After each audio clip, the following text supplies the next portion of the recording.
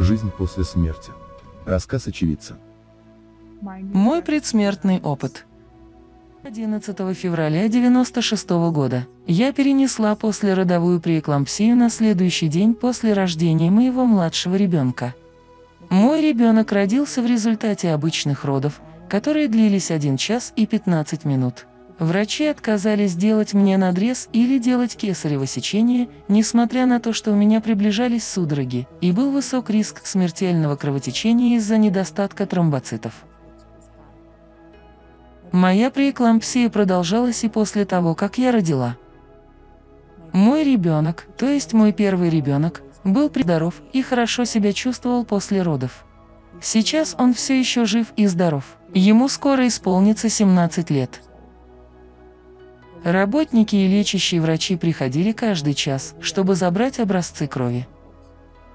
Мне вводили внутривенно тромбоциты в руку, а также какие-то другие лекарства, которые я не помнила. Я отдавала себе отчет в том, что мне серьезно не здоровится. Лечащий врач осматривал меня каждый час, и образцы крови брали каждый час, днем и ночью. Мне посчастливилось быть рядом со своим новорожденным ребенком, и я была вне себя от радости. У меня также была возможность ухаживать за ним. Вечером 11 февраля я сидела на своей кровати, положив подушки на спину, только что покормив своего ребенка и положив его обратно на кроватку. Я чувствовала себя очень слабой и нездоровой. У меня было недоумение и головокружение. Потом я поняла, что если лягу, то умру. Я просто восприняла это чувство спокойно, без драмы, и просто взяла его на заметку. Я делала все возможное, чтобы оставаться на месте, но у меня ничего не вышло, поэтому я легла в кровать усталая и измученная. А потом я умерла. Тихо и мирно, чувствуя и наблюдая, как я сплю вне своего тела, сразу после того, как я парила в воздухе под потолком больничной палаты, в которой я находилась, мое тело все еще лежало в постели, а мой ребенок спал в своей кроватке рядом с кроватью. Я умерла и покинула свое тело мягко и спокойно, как будто это была самая естественная вещь на свете. Я покинула комнату после того, как проплыла под потолком, живя за своим телом, больничной палатой и больницей, где я лежала со своим новорожденным ребенком. Выйдя из больницы, я попала в какую-то чудесную, довольно приятную и мягкую темноту. Она была довольно приятной, мягкой и любящей. Потом я заметила вдалеке свет. Он становился все ближе и ближе по мере того, как успокаивающая и любящая темнота затягивала меня в себя. Затем меня окружил этот сверхъестественный, любящий, великолепно сияющий свет. Пительно великолепное, чрезвычайно любящее существо в этом всепоглощающем, сияющем, любящем свете. Мне показалось, что я его знаю. По-видимому, это был тот самый он. В тот момент я поняла, что знаю его, и почувствовала себя совершенно непринужденной и довольной. Его любовь полностью поглотила меня, и мы с любовью обсудили мою жизнь и все, через что мне пришлось пройти. И все чувства, связанные с ним на протяжении всей жизни. Все было прекрасно, и мне было приятно его видеть. Мой замечательный друг, это световое существо, создавало своего рода экстатическое извержение света и любовное послание о том, что хорошего я сделала в тот момент. Мы только что стали свидетелями чего-то действительно приятного. Мы общались, используя наши идеи и умы. Несмотря на то, что моя жизнь была далеко не легкой, я получила много улыбок и удовольствия, связанных с оценкой моей жизни. Это было нелегко, много слез, предательства, одиночества, жестокое обращение и другие трудности. Но я также испытала огромную радость от общения с моими бабушкой и дедушкой и прекрасными товарищами по играм в годы моей юности, а впоследствии с моими собственными детьми. Все обстоятельства были оценены, и все, что было превосходного, было подчеркнуто и продемонстрировано. Я могла наблюдать это вместе с ним и пережить все это без единой плохой эмоции, о которой странно думать позже. Во время моего предсмертного опыта практически ничто не заставляло меня задумываться или сомневаться в чем-либо. Я не думала ни об одном из этих событий, и я пережила это гораздо позже, когда размышляла о них. Мне сообщили о том, что было действительно замечательно, в том числе о тех случаях, когда я вела себя от чистого сердца, не придавая этому никакого значения. И это было особо подчеркнуто. Именно так я узнала, что такое исключительно хорошее. Быть собой и вести себя с любовью и от всего сердца. Быть радостной и относиться к людям с как можно большей добротой и чистотой. Не лгать, а оставаться одинокой и заботиться о себе самой. Я научилась быть верной себе и своим принципам, прощать, не принимая негативного поведения от других, отпускать и прощать, а также пребывать в радости. Я также научилась жить настоящим моментом, насколько это возможно, питать себя и быть своим лучшим другом, а также хорошим другом для других. У каждого из нас есть свой собственный путь, по которому мы должны учиться и смиряться с этим. Поэтому я стараюсь не зацикливаться на каких-то вещах, а отпускать их, даже если это трудно. Я стараюсь снова подходить к вызовам и проблемам, когда у меня есть силы преодолеть их, простить себя и не давить на себя слишком сильно, чувствовать себя лучше и не выходить за рамки своих собственных ограничений и идеалов, быть хорошей и уважать все живое. Я открыла для себя, что смерть, умирание невероятно прекрасны и полны радости и любви. Все это время я чувствовала себя невероятно бодрой и внимательной. Я была невероятно заинтересованной и наблюдательной, и мое сознание было намного выше, чем при жизни. У меня был 360-градусный обзор самой себя. Даже не думая об этом, я смогла сосредоточиться на том, что я хотела сделать, и держать это крупным планом. Я могла смотреть вверх-вниз, вперед и назад одновременно. Я почувствовала себя более бодрой и бодрой, чем когда-либо за долгое время, определенно больше, чем в повседневной жизни.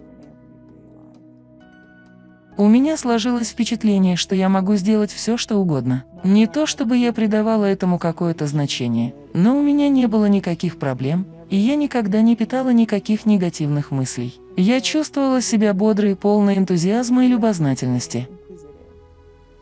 Я была полностью погружена в текущий момент. Я не чувствовала и не думала о муках. В то же время я провела обзор своей жизни со всеми чувствами и переживаниями, связанными с этим ярким и чрезвычайно любящим существом, которое я просто так хорошо знала, не понимая, откуда оно взялось.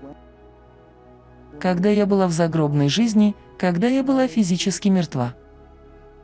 Я была полностью и бесповоротно защищена. Все было ясно, и я могла сосредоточиться, когда мне это было нужно. Цвета были более яркими и четкими. Мое поле зрения составляло 360 градусов. От этого зрелища захватывало дух, а цвета были не от мира сего. На протяжении всего моего предсмертного опыта я оставалась приятной и расслабленной. У меня была потеря слуха при жизни, но не после смерти, и я могла слышать намного лучше, чем когда-либо в своей жизни. У меня не было никаких проблем со слухом. Звуки были прекрасными и сладкими. Разговоры, которые я вела с другими людьми, были и телепатическими. Меня переполняли такие эмоции, как огромное удовольствие, глубокая любовь, утешение, благодарность, освобождение и ощущение того, что все так и должно быть. Кажется, что все в порядке. Я узнала от этого лучезарного создания, моего любящего друга, что я просто прохожу здесь, по ту сторону смерти, и что я должна вернуться к жизни. Я не восприняла это сообщение и не обратила на него внимания, потому что была поглощена всем остальным, что происходило. Все, что я узнала, все, что произошло, и все, что я чувствовала в любви и радости. Нас с моим предыдущим мужем предупреждали, что мы не можем продолжать жить вместе и что позже мы расстанемся. что у нас обоих есть еще какие-то дела, и что я должна относиться к разводу как к радостному событию для меня, так как это принесет мне радость и свободу. Но ведь это должно было произойти не сразу. Мне казалось, что я должна простить своего тогдашнего мужа за его поведение и отношения, и что я должна продолжать жить своей жизнью, несмотря на то, что он причинил бы мне сильную боль. Мне было необходимо отпустить его. Мне также сообщили, что после этого я получу массу удовольствия и начну писать и издавать книги о вещах, о которых я не знала. Затем мне сказали, что с этого момента я буду работать с чем-то совершенно другим, не похожим на то, с чем я работала до этого. В будущем у меня были бы радикально иные амбиции, чем у меня сегодня.